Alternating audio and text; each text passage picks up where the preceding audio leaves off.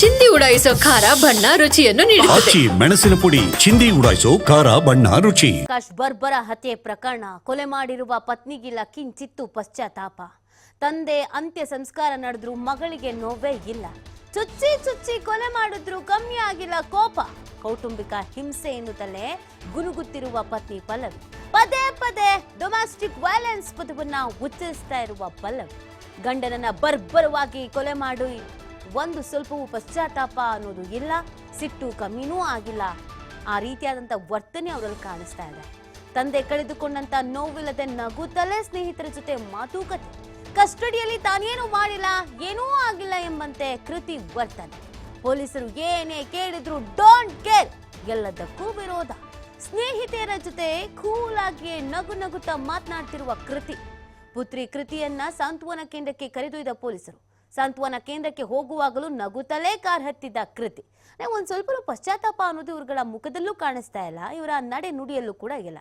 ತಾಯಿ ಮಗಳು ಇಬ್ರು ಕೂಡ ಒಂದೇ ತರದ ರಿಯಾಕ್ಷನ್ಸ್ ನಲ್ಲಿ ಇದ್ದಾರೆ.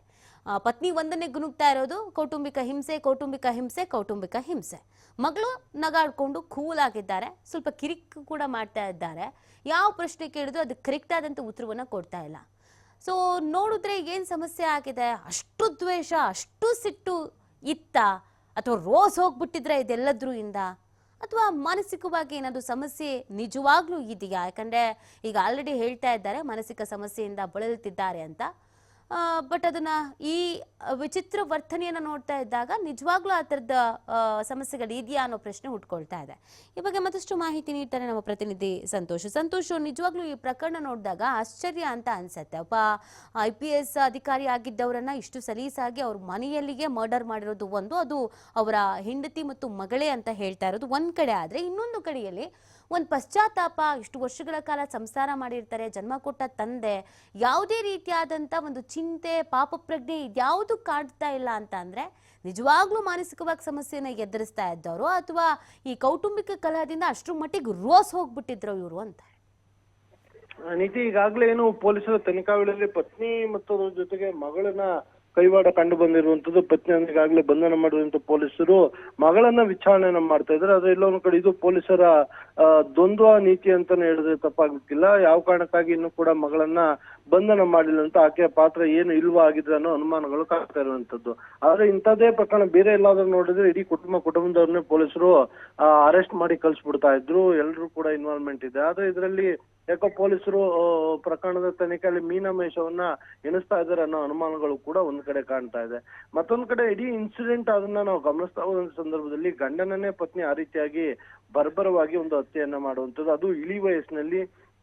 ಬಹುತೇಕ ಅವರು ರಾಜ್ಯದ ಪೊಲೀಸ್ ಇಲಾಖೆ ಮಹೋನ್ನತ ಹುದ್ದೆಯಲ್ಲಿ ಸರ್ವಿಸ್ ಅನ್ನ ಮಾಡಿದಂತವ್ರು. ಅದರ ಜೊತೆಗೆ VVPಗಳ ಜೊತೆ ಸಾಕಷ್ಟು ದೊಡ್ಡವ್ರ ಜೊತೆ ಸಂಪರ್ಕಗಳಿದ್ದದ್ದು.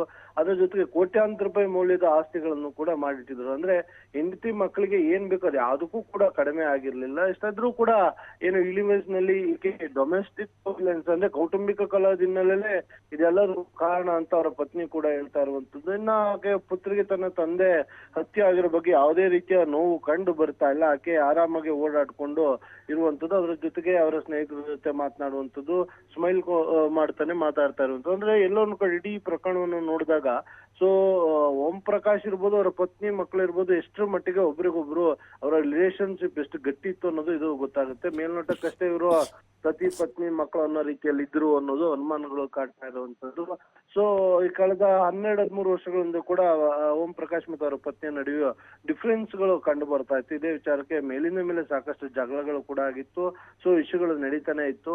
ಸೊ ಅದರ ಜೊತೆಗೆ ಈಗ ಕೆಲವು ಅನುಮಾನಗಳಿರುವಂತದ್ದು ಆಸ್ತಿಯ ವಿಚಾರಕ್ಕೋಸ್ಕರ ಈ ಒಂದು ಹತ್ಯೆ ಆಗಿರ್ಬೋದಾ ಅನ್ನೋ ಅನುಮಾನಗಳು ಕಾಡ್ತಾ ಇದೆ. ಅದು ಪೊಲೀಸರು ಇದ್ರ ಬಗ್ಗೆ ತನಿಖೆ ನಡೆಸಿದೆ. ಅದರ ಪತ್ನಿ ಹೇಳ್ತಿರೋದು ಇದು ಸಂಪೂರ್ಣವಾಗಿ ಡೊಮೆಸ್ಟಿಕ್ ವೈಲೆನ್ಸ್, ಕೌಟುಂಬಿಕ ಕಲಹದಿಂದಲೇನೆ ಈ ಹತ್ಯೆ ಆಗಿದೆ ಅನ್ನೋ ರೀತಿಯಲ್ಲಿ ಆಕೆ ಕೂಡ ಗೊಣಗ್ತಾ ಇರುವಂತದ್ದು. ಆದ್ರೆ ಪೊಲೀಸರು ಈ ಪ್ರಕರಣದ ತನಿಖಾ ನಂತರವಷ್ಟೇ ಇದು ಗೊತ್ತಾಗ್ಬೇಕಾಗುತ್ತೆ. ಈಗಾಗ್ಲೇ HSR ಪೊಲೀಸ್ ಠಾಣೆಯಲ್ಲಿ ಪ್ರಕರಣ ದಾಖಲಾಗಿತ್ತು. ಪ್ರಕರಣವನ್ನ ನಗರ ಪೊಲೀಸ್ ಆಯುಕ್ತರಾಗಿದ್ದ ದಯಾನಂದ್ ಅವರು ಈಗಾಗಲೇ CCB ಪೊಲೀಸರಿಗೆ ವರ್ಗಾವಣೆಯನ್ನ ಮಾಡಿರುವಂತದ್ದು. CCB ಪೊಲೀಸರು ಏನು ಈಗ HSR ಪೊಲೀಸರು ಪ್ರಕರಣದಿಂದ ಆರೋಪಿಯನ್ನು ಪ್ರೊಡ್ಯೂಸ್ ಮಾಡಿ ಆಕೆಯನ್ನ ಜೇಸ್ಗೆ ಬಿಟ್ಟ ಬಳಿಕ CCB ಪೊಲೀಸರು ಇಡೀ ಫೈಲ್ ಅನ್ನ ಪಡ್ಕೊಳ್ತಾರೆ. ಇದಾದ ಬಳಿಕ ನ್ಯಾಯಾಲಯಕ್ಕೆ ಬಾಡಿ ವಾರೆಂಟ್ ಅನ್ನ ಹಾಕೊಂಡು ಆಕೆಯನ್ನ ವಶಕ್ಕೆ ಪಡ್ಕೊಳ್ಳುವಂಥದ್ದು. ವಶಕ್ಕೆ ಪಡ್ಕೊಂಡು ಪ್ರಕರಣದ ತನಿಖೆಯನ್ನ ಅವರು ಮಾಡ್ತಾ ಹೋಗ್ತಾರೆ. ಅಂದ್ರೆ ಪ್ರಕರಣದ ತನಿಖೆ ಪಾರದರ್ಶಕವಾಗಿರ್ಬೇಕು, ಎಲ್ಲೂ ಕೂಡ ಹಳ್ಳ ಹಿಡಿಬಾರದು ಅನ್ನೋ ಕಾರಣಕ್ಕಾಗಿ ಕೊಟ್ಟಿದ್ದಾರೆ. ಇಲ್ಲ ಸಿಸಿಬಿ ಅಧಿಕಾರಿಗಳಿಗೆ ಕೊಟ್ಟಿರುವ ಹಿನ್ನೆಲೆ ಉದ್ದೇಶ ಏನು ಅನ್ನೋದು ಗೊತ್ತಿಲ್ಲ. ಯಾಕಂದ್ರೆ HSR ಲೇಔಟ್ ನಲ್ಲಿ ಅವರು ಮನೆ ಇದ್ದಿದ್ದು, ಅಲ್ಲೇ ವಾಸವಾಗಿರುವ ಹಿನ್ನೆಲೆಯಲ್ಲಿ ಅಲ್ಲಿ ಯಾವುದೇ ರೀತಿಯ ಪ್ರಭಾವವನ್ನ ಆರೋಪಿಗಳು ಬೀರ್ಬೋದು ಅನ್ನೋ ಕಾರಣಕ್ಕಾಗಿ ಪ್ರಕರಣದ ತನಿಖೆಯನ್ನು ಬೇರೆ ಕಡೆ ವರ್ಗಾವಣೆಯನ್ನು ಮಾಡಿರುವಂತದ್ದು. ಸಿಸಿಬಿ ಅಧಿಕಾರಿಗಳ